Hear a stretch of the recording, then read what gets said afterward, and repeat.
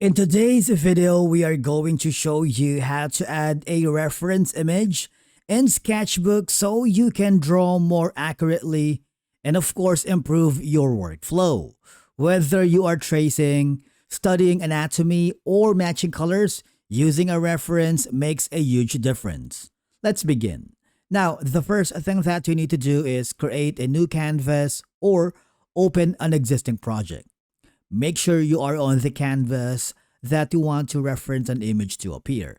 Basically, I wanted to draw a human and I wanted to add a reference image that I could make as the guide. So all I have to do is super simple. Go to the top left corner where you can see the file and click the add image. From here, select the image that you wanted. Of course, you have the ability to resize it if you want. Now that I have the reference image, all I have to do is open the brush library. If you can't find it on the left side panel, all I have to do is go to the window and check the brush library and the panel will appear.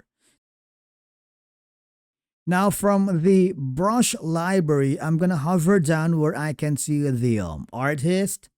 And then I'm going to choose maybe something like this one. Double click on it so you can decrease or increase the brush size. Okay, and of course, if you click the advanced, it's up to you if you wanted to create more pressure and have more control on the brush. Once you're happy, I'm going to start this as a reference to create that image. Right? It's super simple. Let me try to create this image right here.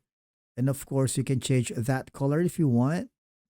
Now, once you're happy, basically that's it for today's video on how to add a reference image in Sketchbook. Thank you so much for watching and we will see you again in the next video.